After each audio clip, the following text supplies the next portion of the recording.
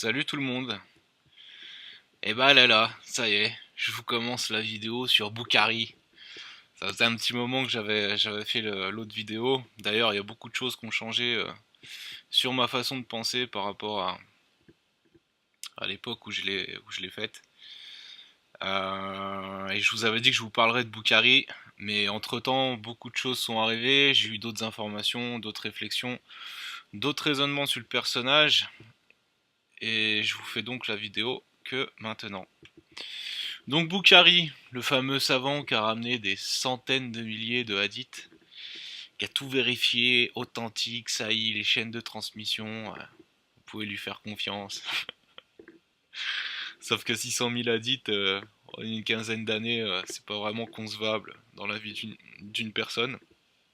Je crois beaucoup ont parlé de 15 minutes pour un hadith sans avoir d'occupation dans le reste de la journée, quoi. Donc c'est pas envisageable. Fafa, il avait parlé que c'était un personnage inventé, donc ouais, c'est un personnage inventé. Et il a été inventé en fait sur le vécu d'une personne. Et cette personne, eh ben c'est Jean-Louis Burckhardt. Jean-Louis Burckhardt, Al-Bukhari. Donc, je vous ai préparé quelques petits dossiers. Je vais déjà vous parler de son père. Alors là, le dossier, la source de ça, je sais pas ce que c'est. Faudrait juste taper en fait ce qui est souligné en rouge, vous allez trouver l'original dans Google Book, mais c'est probablement un écrit du 19e, du genre encyclopédie des gens du monde comme ici à gauche. Donc là ça parle de Jean-Louis, mais je vais pas vous parler tout de suite de ça parce que j'ai un autre texte qui est plus long, plus détaillé. Là ce qui est intéressant c'est que alors je vous lis le texte. On avait accusé son père d'avoir traîtreusement livré aux Autrichiens la tête de Pont du Ningue. Il avait déjà l'échafaud pour perspective lorsqu'il parvint à produire des preuves authentiques de son innocence. Mais les persécutions du parti français l'obligèrent cependant à prendre la fuite et à entrer dans un régiment suisse à la solde de l'Angleterre, pour sauver sa famille. Ce qui est intéressant, c'est qu'on nous parle de son père et qu'il avait été déjà accusé de traîtrise, et qui est à la limite de se faire zigouiller que le mec tout d'un coup il sort des preuves authentiques. Ça y est. Ah ça y est, ça commençait déjà le gène de la production de preuves authentiques. Il a dû la donner à son fils, à Jean-Louis. Et apparemment le parti français l'ont obligé à prendre la fuite, ou ils lui ont conseillé de prendre la fuite pour... c'était sûrement ses potes. Donc là pareil, c'est Encyclopédie des gens du monde de 1834. Je vais pas tout vous lire parce que j'ai plus long en fait sur l'autre comme je vous disais. Là ce qui est intéressant, donc on retrouve son histoire qui a été il a été envoyé vers Joseph Banks de la Royal Society. Ça je vous lirai après. Sous le nom de Cher Ibrahim, on retrouve le blast qui s'était pris. Son but principal était d'étudier l'islamisme à sa source, afin de devenir de plus en plus capable d'exécuter son grand plan de voyage. D'exécuter son grand plan. Donc il a le titre de Hadji, donc il était pèlerin. Il a été interrogé à un moment, il y a eu des doutes sur sa personne, et on a dit de lui que c'était un musulman de grande érudition. Tac, tac, tac. Il est mort le 17 octobre 1817 et il fit don de tous ses manuscrits orientaux qui se montaient à 350 volumes à la bibliothèque de Cambridge. Donc 350 volumes. Il est mort le 17 octobre 1817. Ok, vous avez vu 15 octobre 1817. Déjà Wikipédia il est pas d'accord avec des textes beaucoup plus anciens de 1834. Et ce qui est intéressant, c'est que Wikipédia il dit que il envoya souvent ses notes, ses journaux et sa très abondante correspondance en Angleterre, donc peu de détails de ses voyages furent perdus. Il légua sa collection de 800 volumes de manuscrits orientaux à la bibliothèque de l'université de Cambridge. Donc là, en fait, on en a 450 en plus. Ah bah ouais, vous pouvez rajouter les tafsirs, les Sahih Bukhari, et toutes les histoires qu'ils ont rajoutées à sa découverte. Donc soit des originaux, effectivement, certains manuscrits du XVIe siècle, fin du XVIe siècle, et aussi probablement beaucoup de ses écrits. Et vous avez vu comme il était mignon, Jean-Louis, style oriental, avec la beubare, le turban et tout. Hey. Alors, je vais vous prendre la biographie universelle, tome 1. C'est biographie universelle ancienne et moderne, tome 1, 1843-1847. Eux aussi vont dire qu'il est mort le 17 octobre, je crois, 1817. Donc cette version qui date d'une dizaine d'années après celle-là, il y a eu des mises à jour.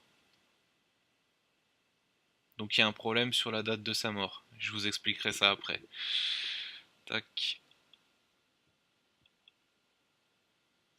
Ah non, on va pas faire comme ça.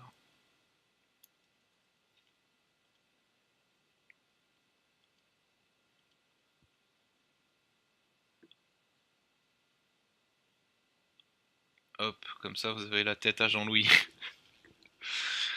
Alors, Burkhard Jean-Louis, célèbre voyageur, naquit à Lausanne en 1784 d'une famille distinguée originaire de Bâle. Après avoir reçu les premiers éléments de l'instruction dans la maison paternelle et passé 2 ans dans une école publique à Neuchâtel, il compléta ses études à Leipzig et Göttingen. Puis il revint trouver sa mère à Bâle, incertain sur la carrière qu'il suivrait et voulant fuir le continent européen où s'étendait presque partout la domination de la France.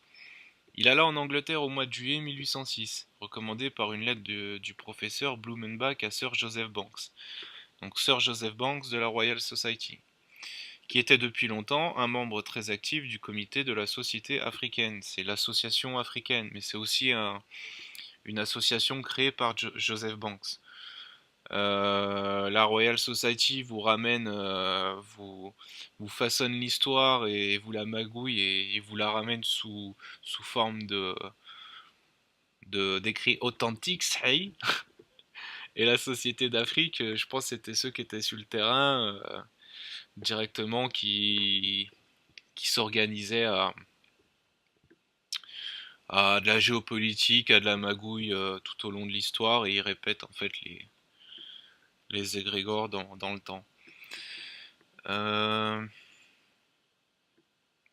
Tac tac tac. Société d'Afrique. À cette époque, cette compagnie commençait à désespérer de recevoir des nouvelles de Hornemann.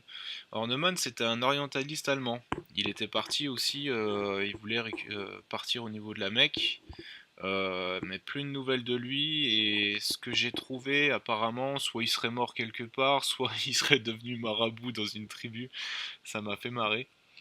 Le résultat des renseignements qu'il avait transmis comparé à ceux qu'on avait obtenus dans d'autres voyageurs relativement à la côte occidentale d'Afrique firent penser que la tentative de pénétrer dans l'intérieur devait être faite par le nord.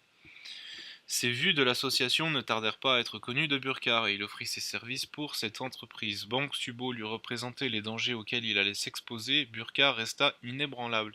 Sa demande mise sous les yeux de la société dans la séance générale du mois de mai 1808 fut agréée avec empressement.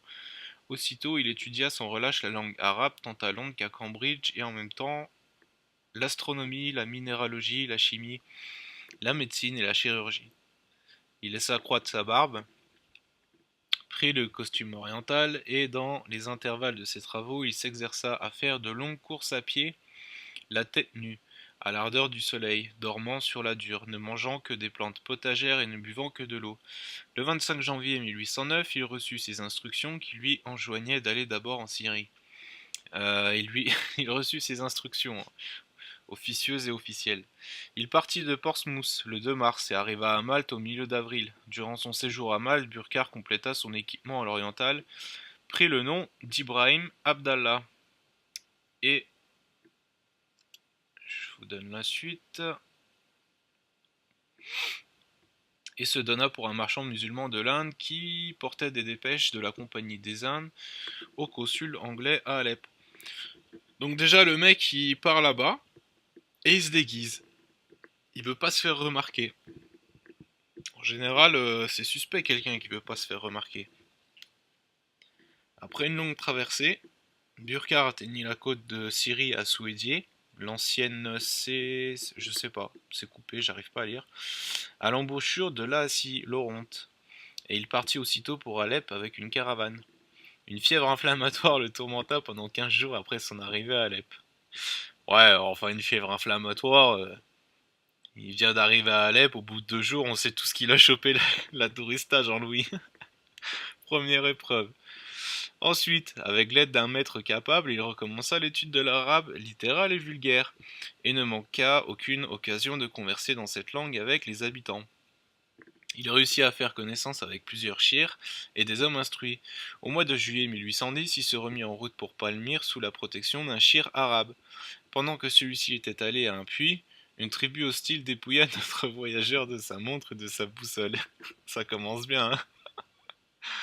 La coulante, il se fait voler, et c'est pas fini. Ce chir le confia ensuite aux soins d'un autre, et Burkhard fut volé une seconde fois à Palmyre, où le bandit qui commandait lui enleva sa selle. Ça c'est méchant quand même, hein.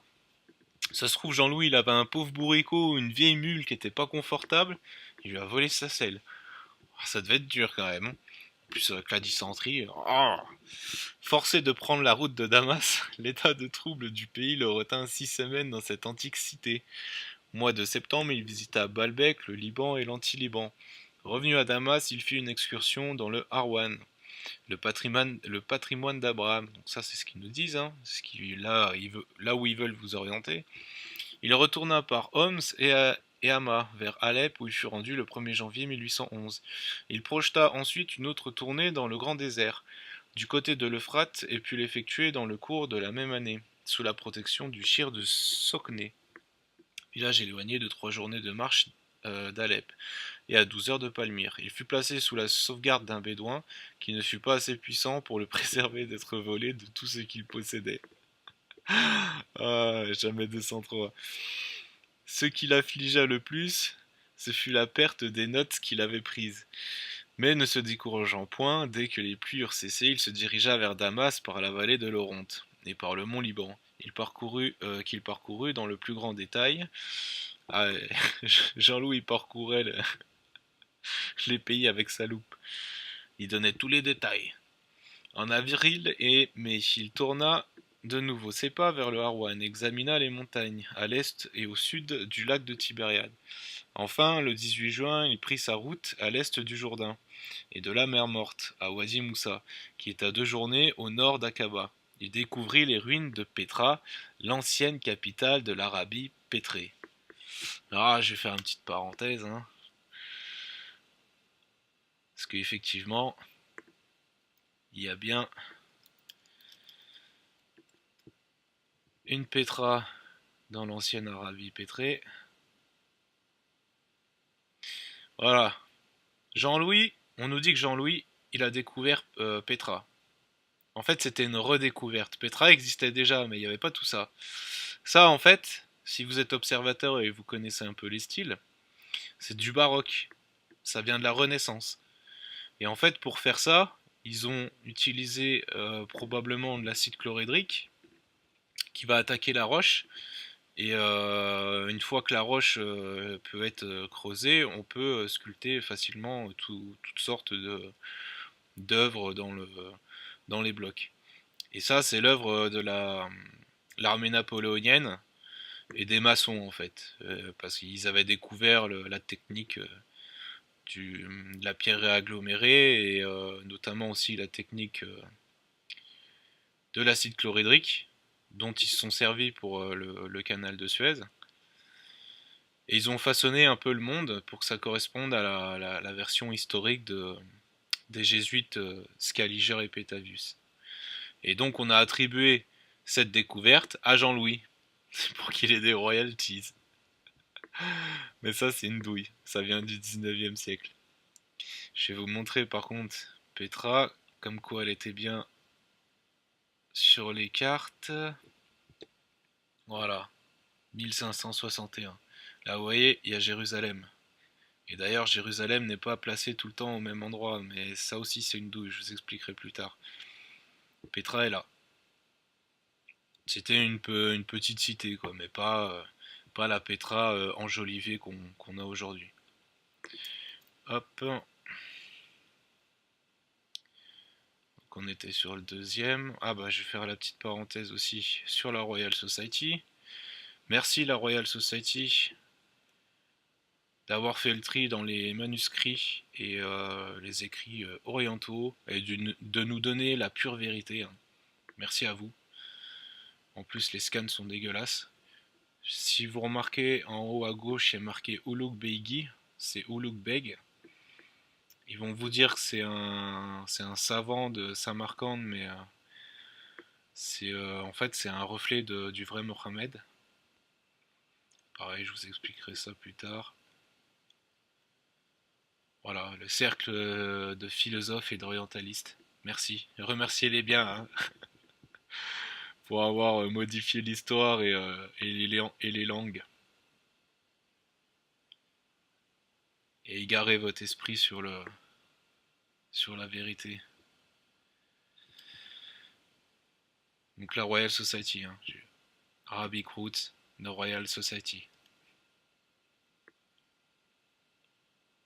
Hop, je vais continuer. Aucun Européen ne les avait encore contemplés. Comme je vous ai dit, ça vient du 19e siècle. Donc les nouvelles structures, ils ont façonné ça avant Jean-Louis. Et lui arrive derrière, il fait le découvreur. Comme ils ont beaucoup fait au 19e siècle. À son arrivée au Caire le 4 septembre, Burckhardt s'occupa du principal objet de sa mission. Oh, je suis allé trop vite.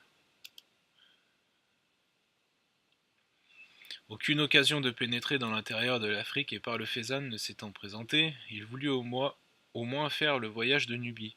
Il acheta 2 chameaux, un pour lui et l'autre pour son guide, se munit de lettres de recommandation et d'un firman du pacha. Et le 24 février 1813, il sortit de l'Égypte par Aswan où il laissa son bagage. Il suivit avec son guide la rive orientale du Nil et parvint sans accident le 6 mars à Wadi Alpha, à la hauteur de la seconde cataracte. À Tinaré, dans le pays de Maas, il se trouva au milieu des hommes les plus farouches et les plus déréglés qu'il eût encore rencontrés. Le chef lui dit nettement: tu es un agent de Mohamed Ali, donc le pacha. Mais à Maas, nous crachons sur la barbe de Mohamed Ali et nous coupons la tête à ceux qui sont ennemis des Mamelouks. Ces menaces ne produisirent pas de résultats fâcheux pour la personne de Burckhardt. Seulement, elles l'arrêtèrent dans sa marche vers le territoire de Dongola. Alors, ce qui est marrant, c'est que les Mamelouks, ils accusent Jean-Louis d'être un, un agent de Mohamed Ali. Et Mohamed Ali, il accuse Jean-Louis Burckhardt d'être un espion à la solde des Anglais. Je vous lirai ça plus tard dans les screenshots.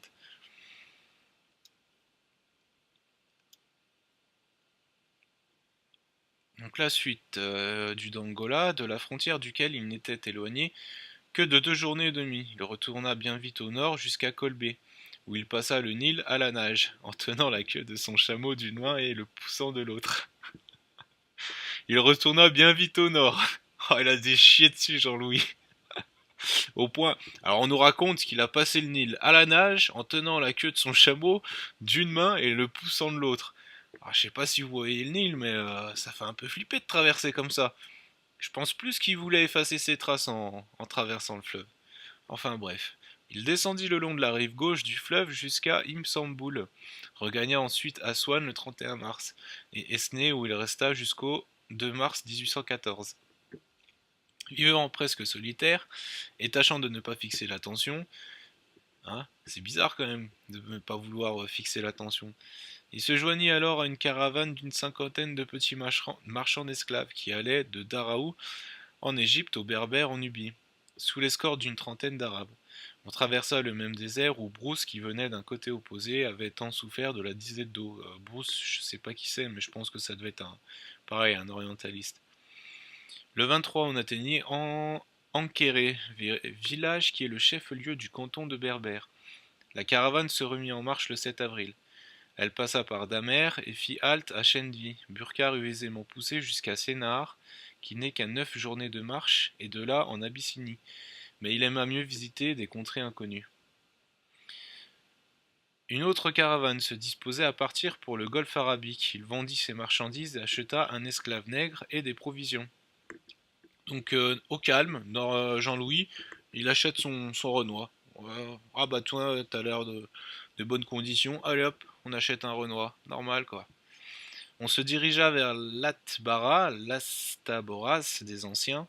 Ensuite, on entra dans le pays de Taka, très fertile, mais habité par des Arabes qui ne sont nullement hospitaliers et chez lesquels Burkhard, qui voyageait comme un pauvre derviche, n'aurait pu demeurer. Il renonça donc à l'idée de traverser les montagnes pour aller à Massoua. Il suivit la caravane le 26, elle était à Souakim. Il s'y embarqua sur un navire du pays et le 18 juillet, il aborda Adjida. Mais Mehmet Ali, donc le pacha, Mohamed Ali, qu'il avait vu au Caire et qui était alors à Taïf, était instruit du fâcheux état de sa garde-robe, lui fit passer un habillement complet et de l'argent. Je crois qu'il lui a filé des vêtements et 500 $. Sympa quand même le pacha, hein. Pauvre Jean-Louis habillé comme un derviche. Burka rentra dans Taïf le 28 août et fut bien accueilli par le pacha, qui cependant, averti par son médecin du désir qu'avait Burkhard de visiter les deux villes saintes de l'islamisme dans le Hijaz, avait exprimé des doutes sur la sincérité de sa profession de foi. C'est ce que je vous parlais tout à l'heure, mais je reviendrai dessus avec les screenshots. Notre voyageur se montra choqué de ses soupçons et déclara qu'il n'irait pas à l'audience publique du pacha si celui-ci ne le recevait pas comme un musulman. Les choses s'arrangèrent, Burkhard obtint la permission d'aller à la Mecque. Arrivé au lieu désigné, il prit l'habillement des pèlerins et se conforma à tous les usages de ceux qui vont à la ville sainte. Le 15 janvier, donc là en fait il a eu officiellement le droit d'aller à la Mecque grâce à l'autorisation du pacha. Mais en fait, c'était pas la première fois qu'il y allait. Je vous explique ça après. Je vais vous montrer des trucs. Le 15 janvier 1815, Burkhard prit le chemin de Médine avec une petite caravane. Sa santé, qui après avoir été chancelante, s'était rétablie, reçut une rude atteinte la veille de son entrée dans cette ville. Assailli par une pluie d'orage qui dura 24 heures et ne pouvant quitter ses vêtements trempés d'eau, il fut saisi 6 jours après d'une fièvre très violente et forcé de garder la chambre. Oh, ça devait être dégueulasse. Oh, ça, j'ose même pas imaginer. Ah, fallait pas l'inviter à la maison, Jean-Louis, hein, à cette époque-là. Hein. Vous l'invitiez à la maison pour manger, au moment où il vous dit je peux utiliser tes toilettes, ah bah c'était foutu, il vous redécorait le shot, le phénomène. Alors, il fut, tac tac tac, ce ne fut qu'au commencement d'avril que le retour de la chaleur lui rendit la santé. Oh, c'est beau. Mais il resta si faible qu'il renonça au projet de faire des excursions dans le Hijaz. Dès qu'il fut en état de monter un chameau, il partit le 21 avril avec une caravane pour Yambo. La peste qui exerçait ses ravages, il ne put en sortir qu'au bout de 18 jours sur un bateau ouvert destiné pour Kosseir, mais il fit descendre à terre à Cherm, port de la presqu'île du Sinaï. Apprenant à tort que la peste désolait encore Suez et le Caire, il alla passer quelques jours dans un petit village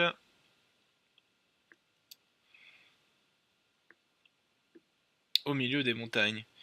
Enfin, le 24 juin, il revit le Caire. L'hiver suivant, il fit un voyage dans la Basse-Égypte. Au printemps de 1816, la peste ayant réapparu au Caire, il se réfugia parmi les Arabes du Sinaï chez lesquels ce fléau est inconnu. Revenu au Caire, il s'y occupa à la rédaction de ses voyages. Tenant toujours à son projet de visiter l'intérieur de l'Afrique, il attendait le départ d'une caravane de Maghrébins. Ouais, à l'époque, ils écrivaient ça comme ça. Des Maghrébins, en gros. Lorsque le 4 octobre 1817, il fut attaqué d'une dysenterie violente. Là, c'était l'apothéose et le point de non-retour. Et il mourut le 15, assisté à ces derniers moments de Monsieur Salt, consul général d'Angleterre, et fut enterré dans le cimetière des musulmans. Quoiqu'il eût été arrêté au milieu de sa carrière, il avait mis ses manuscrits en état d'être publiés, et ils le furent par la société pour le compte de laquelle il voyageait. Donc elle confia aux soins d'éditeurs habiles, hein, merci la Royal Society. Et donc on a les bouquins Voyage en Nubie, en Syrie, dans la Terre Sainte, en Arabie, etc., etc. Donc ce qui est intéressant aussi, c'est que ça, la biographie universelle, ancienne et moderne, ou dictionnaire de tous les hommes, qui date de 1843 à 47, elle nous dit aussi qu'il est mort le 15, et pas le 17, comme l'autre bouquin l'autre encyclopédie qui datait d'une dizaine d'années auparavant. Ils ont fait une mise à jour déjà. Donc après aussi on a un Christophe Burckhardt de la même année, missionnaire, qui envoyait des grandes caisses remplies de Bibles et de Nouveaux Testaments en diverses langues. Arrivés là-bas, les Juifs, les Turcs, les Syriens, les Coptes, tout le monde voulait les bouquins.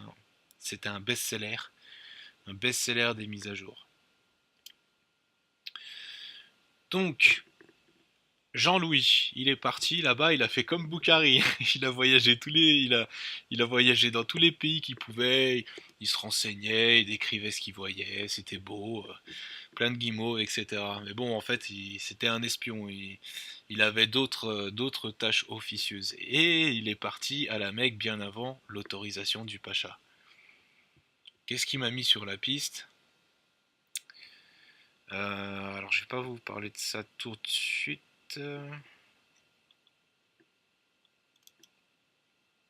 J'ai des screenshots là aussi où il se faisait appeler Johann Ludwig.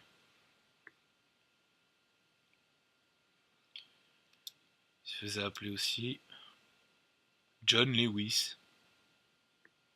Donc il connaissait très bien les langues, il savait très bien jouer avec les langues. Un orientaliste, hein. Il est là pour vous orienter. En 2017, il y a eu une conférence pour le 200e anniversaire de sa mort. Ça a ramené un public international. Il est ovationné de tous les côtés, en tant qu'orientaliste et en tant que savant, et même en tant que saint érudit, pour les musulmans de l'époque, hein. Je vous raconterai ça tout à l'heure aussi.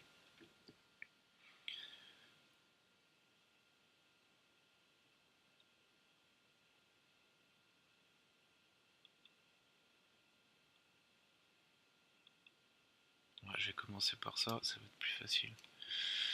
Donc le Boukhari, le fameux savant, comment il s'appelle Boukhari? Il s'appelle Abdallah Mohamed Ismaël Ibrahim. Et Al-Mughira, genre c'est... Ah ça c'est la source hadithique ça pour valider l'authenticité. Ce dernier, Al-Mughira, est le premier converti à l'islam parmi les ancêtres de Boukhari. Oh ça est authentique. Moi je vais vous garder bien le fait que ces prénoms, on s'en fout de Abou, hein. C'est tous des Abou de toute façon. Abdallah, Mohamed, Ismaël, Ibrahim. Et Jean-Louis, comment il s'appelle? Il s'appelle Abdallah Ibrahim. Ok. Il y en a deux qui collent sur les quatre de Boukhari. Ah maintenant, on va aller voir autre chose. On va aller voir la Gazette suisse. Les bons vieux Suisses. Ah, ils ont tout répertorié, hein, sur le site. Je crois que c'est le temps archive.ch, je crois, si vous voulez y aller. Il y a, il y a plus de 200 ans de journaux dessus, vous pouvez faire des recherches. C'est assez intéressant. Donc là, on a le vendredi 10 janvier 1812 à Lausanne. Donc le journal du début de l'année 1812 qui parle de toute l'année précédente qui s'est déroulée. Donc divers pays à divers moments, on nous informe de certaines choses. Donc si vous avez bien écouté en fait la biographie que j'ai lue, euh, Jean-Louis Boukhari, il, euh, il a réussi à aller à la Mecque et à Médine, mais avec les accords du Pacha. J'ai pas noté l'année, mais ça devait être 1813, 1814. Puisqu'après, en 1815, il va à Médine. Donc c'est sur ces quelques années. Et là, sur le journal donc, qui parle de l'année 1811, on a la Turquie, on a Constantinople le 30 novembre. Et on nous dit Hadji Mahomet Ibrahim, de retour depuis peu d'un pèlerinage qu'il a fait à la Mecque, À rapporter les... hein. Bon, pour l'instant, on va s'arrêter là. J'espère que vous avez tilté. Haji Mahomet Ibrahim. On parle de Jean-Louis Burckhardt. Sauf que ici, on a la preuve, d'une part, qu'il utilisait aussi le nom de Mohammed, et d'une autre part, qu'il avait déjà fait le pèlerinage, puisqu'il avait le titre de Haji. Donc en 1811 ou 1810, il a dû y aller en mode derviche, comme il disait là, à la Mecque. Et là-bas, il a dû rencontrer les personnes qu'il fallait. Saoud et probablement Abdelwahab. Et ils ont fomenté en fait toute une histoire pour que les Arabes, les tribus arabes d'Arabie se lèvent contre l'Empire ottoman. Et ce soulèvement, ils ont tenu la Mecque et Médine pendant 10 ans. Je crois que l'Empire ottoman les a battus en 1818. Donc 1808-1818, c'était la période de pouvoir des Wahhabites en Arabie. Et Jean-Louis y était. Donc il a pu tranquillement, et je vous montrerai sur les, sur les screenshots, il disait qu'il était moins observé à la Mecque et à Médine, donc il a eu bien le temps de faire ce qu'il voulait.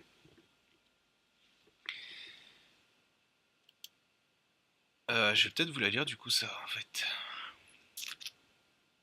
Hadji Mohin, de retour depuis peu d'un pèlerinage qu'il a fait à la Mecque, a rapporté sur les Wahhabis où échabitent les détails suivants.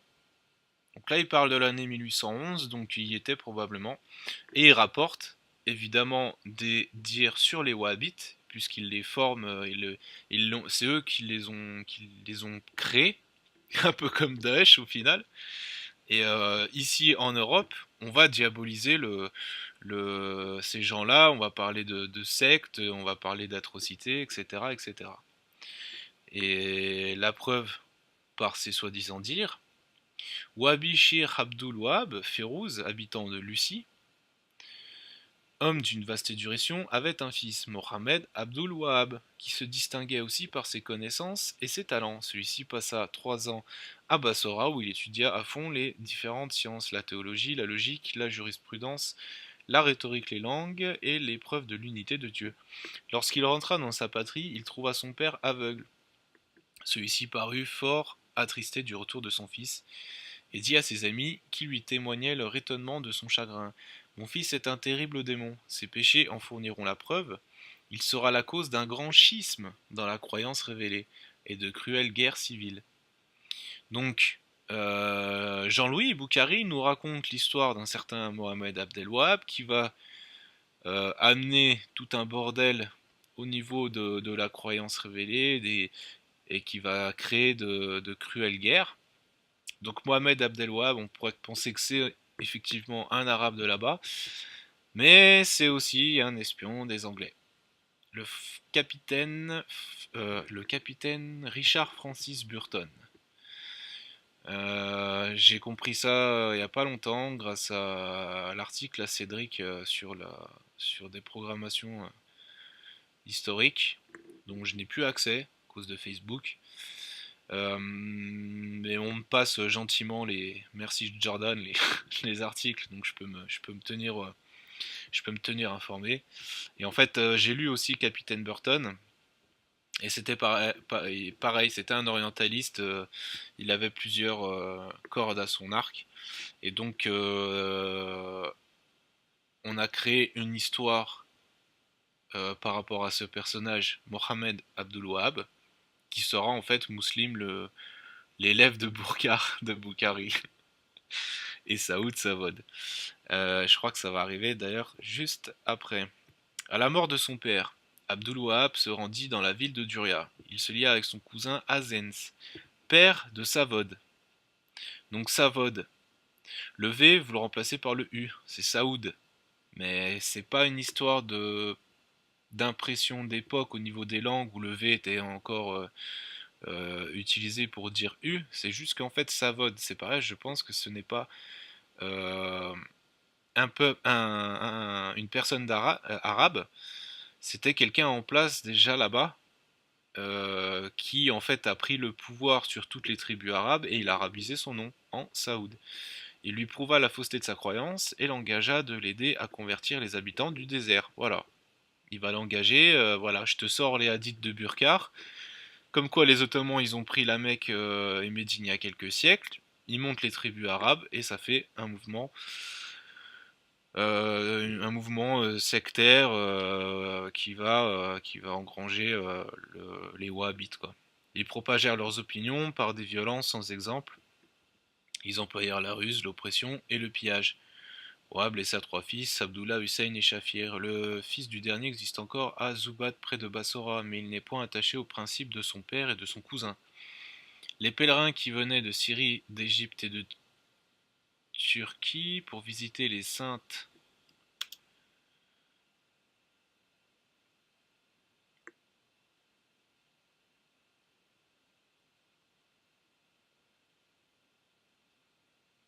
villes avaient avec eux des sommes considérables. Lorsqu'ils voulaient aller à la Mecque, les Wahhabis leur faisaient donner leur argent, ensuite leurs armes et les renvoyaient sans leur laisser accomplir leur pèlerinage.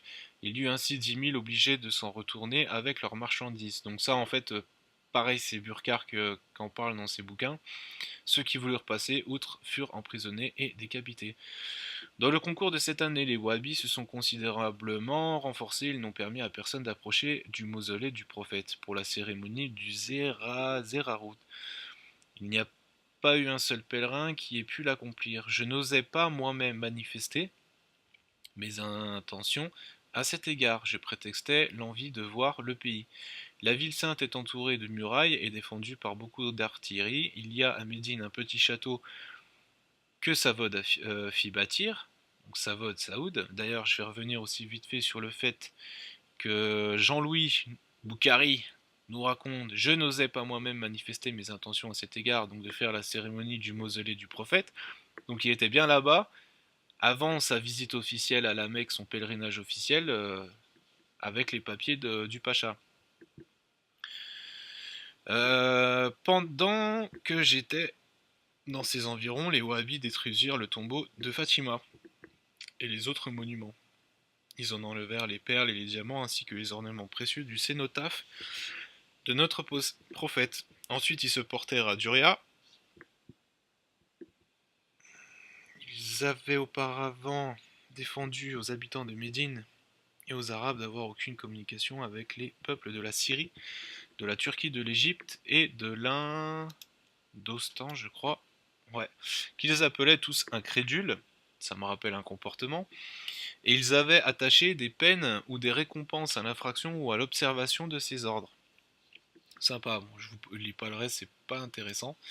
Donc on a Jean-Louis en fait qui est parti à la Mecque faire son pèlerinage officieux afin de rencontrer Saoud et Abdelwahab, donc le capitaine Richard Burton.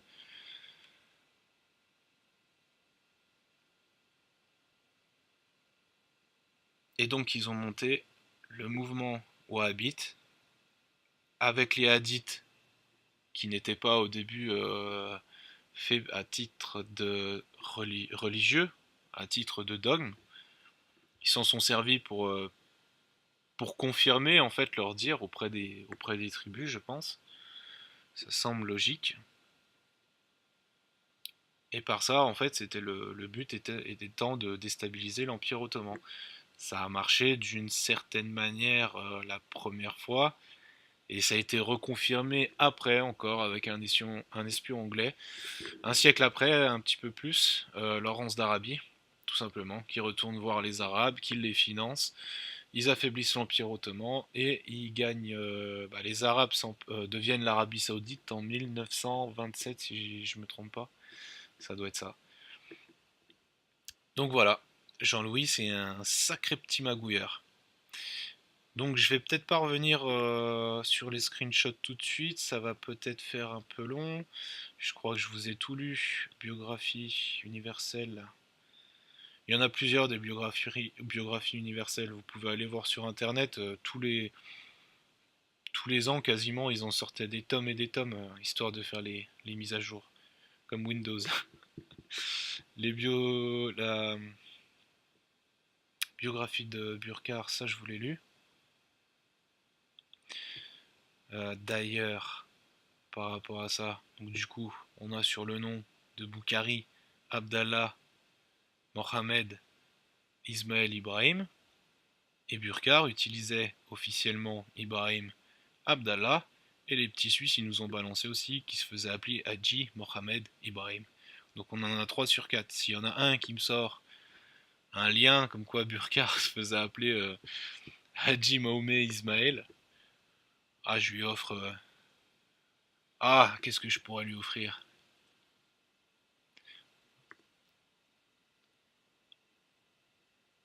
Je veux Ismaël, hein. Je veux un texte où ça parle de lui, où il utilise le mot Ismaël. Jean-Louis Ismaël. Jean-Louis Burck. Ah bah tiens, s'il y en a qui me trouve le lien, je lui offre une tasse. Un mug Jean-Louis Burckhardt. Ah putain, des barres. Hop. Je crois que j'ai fait le tour pour l'instant. Biographie universelle, les bios, la Gazette suisse, le papa à Jean-Louis. Il reste les screenshots, mais ça, je vais être obligé de vous le faire en une vidéo. C'est pareil, c'est de la lecture sur les écrits à Jean-Louis. Et Burton qui parle de la mort de Burckhardt, ça sera peut-être en dernier. Donc on va faire ça comme ça. Donc retenez bien que Jean-Louis, tout ce qu'il raconte dans ses bouquins, c'est pas forcément toute la vérité, mais il y a certaines choses qu'il va dire à une certaine époque qui vont vous faire tilter vous aujourd'hui. Et donc, il y a un problème sur la date de sa mort, parce que dans cette encyclopédie-là, qui est plus vieille que celle que je vous ai lue de 10 ans, on nous parle qu'il est mort le 17, là le 15, certains me diront ah, c'est un détail. Et justement, j'ai une autre mort à vous suggérer pour Jean-Louis, c'est peut-être à cause de ça. Et il y a une grosse erreur aussi au niveau de sa collection de manuscrits envoyés à Cambridge. On nous parle de 350 volumes, et aujourd'hui on nous dit 800 volumes. Donc tout ça, pour mieux sourcer des égrégores, vous guider, vous orienter. Bon, je vais arrêter là. Je ferai la suite sur les screenshots quand j'aurai le temps. Et je verrai si je vous fais plusieurs parties ou si je fais une vidéo plus longue. On verra bien. Allez, à tard plus, portez-vous bien.